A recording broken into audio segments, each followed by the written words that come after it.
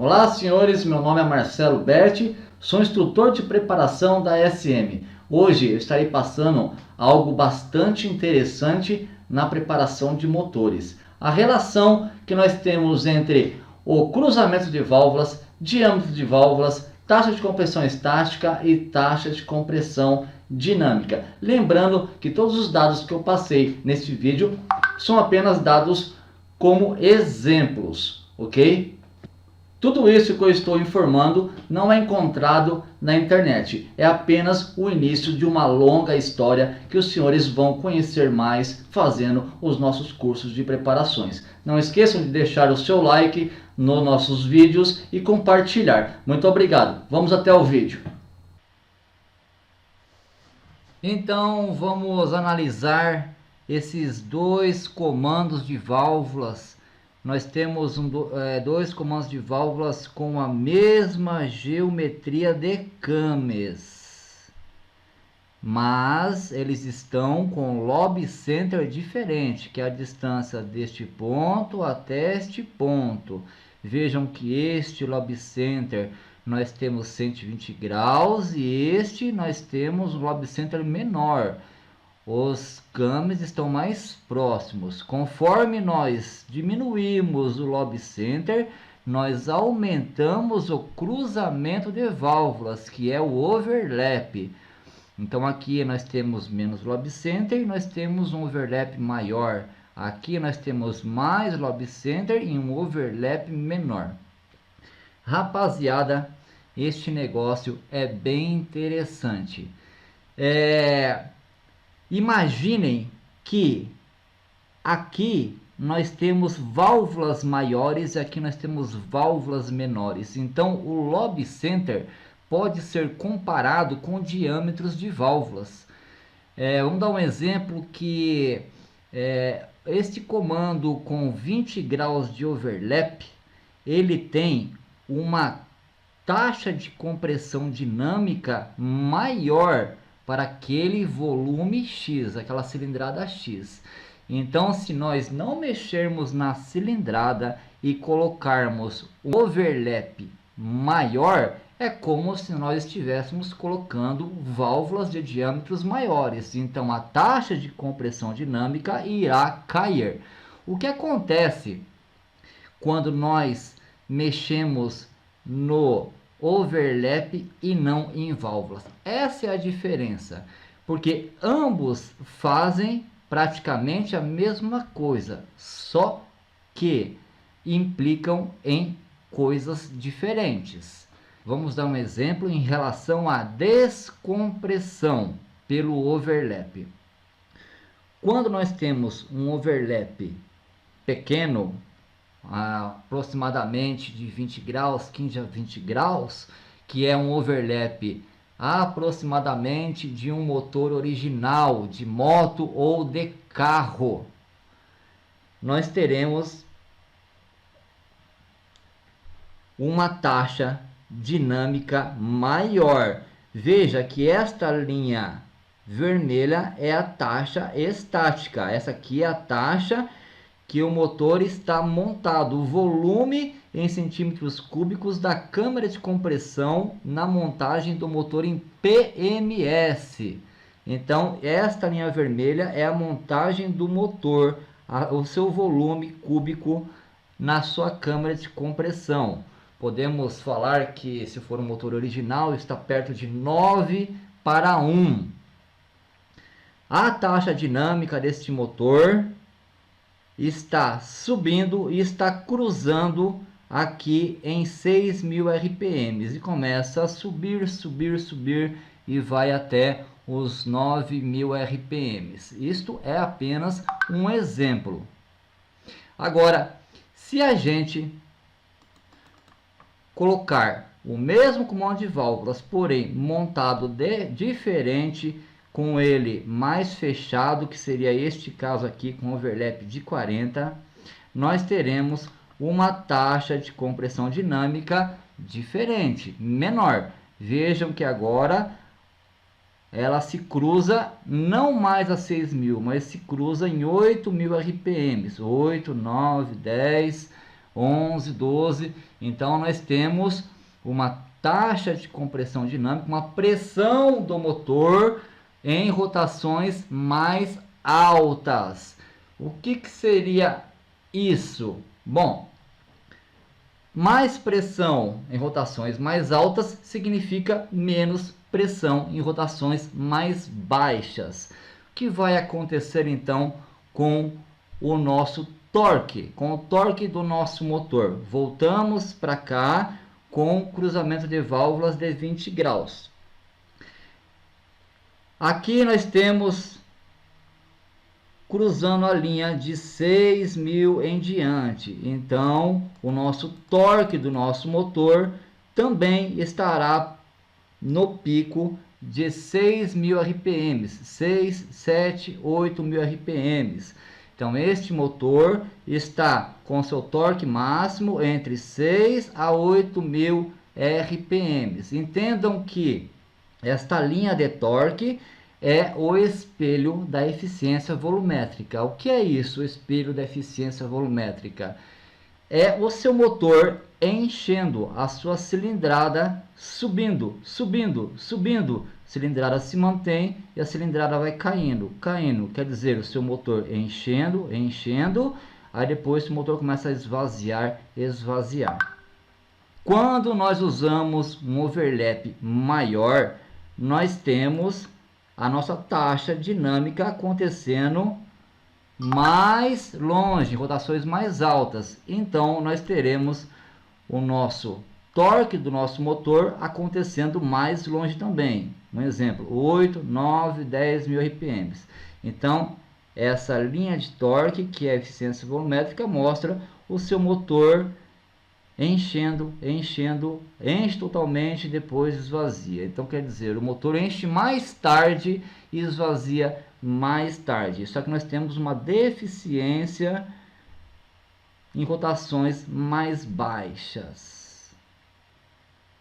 Tudo isso que eu falei foi referente ao overlap, ao cruzamento de válvulas.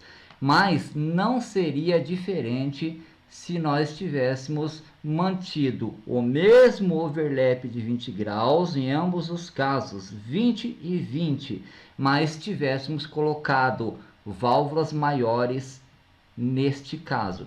Então quer dizer que se eu pegar um comando de válvulas com 20 graus de overlap e colocar válvulas maiores, sem aumentar a minha cilindrada, sem aumentar a minha taxa estática, sem aumentar a minha taxa dinâmica, eu também terei esses resultados de pressão de motor. Conforme nós vamos aumentando a área de válvula sem aumentar as taxas de compressão dinâmica e estática, nós começamos a fazer o motor acordar mais tarde. Só que as válvulas não vão causar um problema que o cruzamento de válvula causa. Um exemplo, a perca de carga no coletor e aquela perca de taxa de compressão dinâmica, como nós estamos vendo aqui. O cruzamento de válvulas, conforme vai aumentando o cruzamento de válvulas, como vocês estão vendo aqui, vai derrubando a carga do coletor de admissão. Conforme a carga do coletor de admissão cai, nós também começamos a derrubar o torque do motor. Este é o problema, um dos problemas do cruzamento de válvulas. A carga do coletor começa a cair, a taxa de compressão dinâmica começa a cair e junto com ela começa a cair também o torque do motor. Fora as dificuldades que começa a existir para nós fazermos a montagem deste comando de válvula. Quanto maior é o cruzamento de válvulas, mais perto uma válvula passa do lado da outra no seu cruzamento, chegando a se tocar ou atropelar, necessitando de fazer afastamento de válvulas. Então, fora os problemas de perca de carga no motor, nós temos também a dificuldade de montagem deste comando.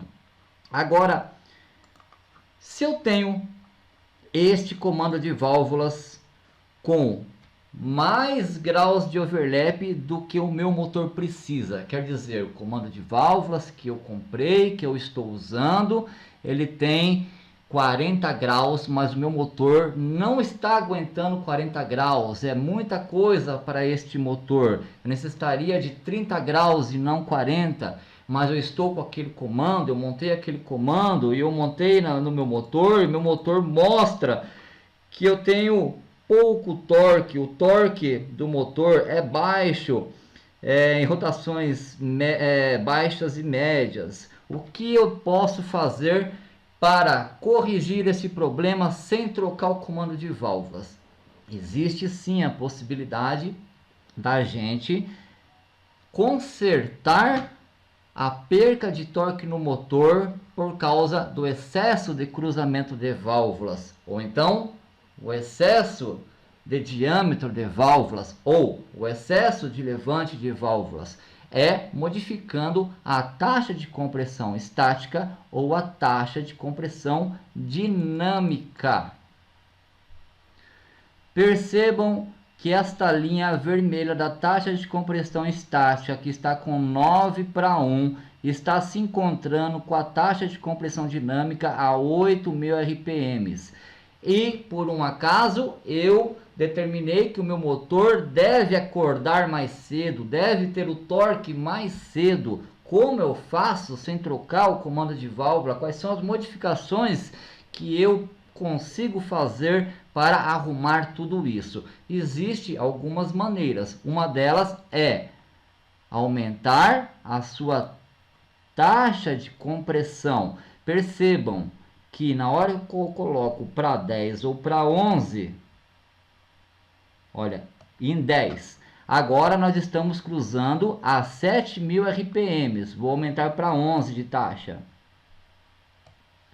11:1, agora estou cruzando a 6.500 RPM. Vou colocar para 12. Agora em 12:1 de taxa, eu estou cruzando um pouco antes de 6.000 RPM. Isso quer dizer, meu motor começou a acordar mais cedo, só que também vai dormir mais cedo. Então, aumentar a taxa de compressão estática é uma das maneiras de recuperar o torque do motor com aquele comando que tem muito cruzamento de válvulas, ou muito levante, ou válvulas muito grande. A outra situação é a gente aumentar a taxa de compressão dinâmica. Eu posso aumentar a taxa de compressão dinâmica. Veja, quando eu aumento a taxa de compressão dinâmica, eu também faço o meu motor acordar mais cedo. Agora o motor está acordando um pouco antes de 5.000 RPM, mas o meu motor vai começar a amarrar a 8.000 RPM. Agora eu estou com a taxa de compressão dinâmica maior também, está cruzando em 6.000 RPM e o meu motor começa a amarrar em 9.000. Então, preste atenção que pela taxa de compressão estática ou pela taxa de compressão dinâmica, nós conseguimos aumentar o torque do motor. Só que quando o motor começa a acordar mais cedo, ele também vai dormir mais cedo. E como que eu consigo aumentar a taxa de compressão dinâmica do meu motor? Porque a taxa de compressão estática nós sabemos que é através de montagem, de usinagem, rebaixando o cabeçote, fazendo um pistão com dome, sendo cabeçudo, diminuindo o volume da câmara de compressão, etc. Então, assim nós conseguimos aumentar a taxa de compressão estática. Mas e a taxa de compressão dinâmica? Como nós fazemos isso? Bom, muito simples.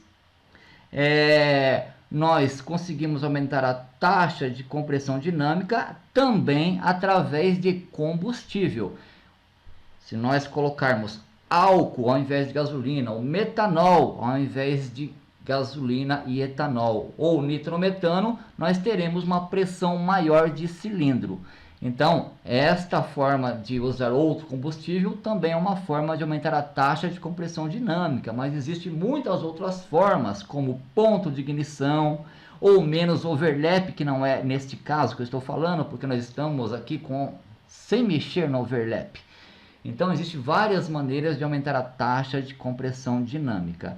Resumindo, eu consigo aproveitar aquele comando de válvulas que não deu força total no meu motor, eu consigo fazer com que aquele comando de válvulas fique melhor no meu motor, que faça meu motor ter mais torque, que faça meu motor acordar mais cedo? Sim, através de mudança de taxa estática e taxa dinâmica.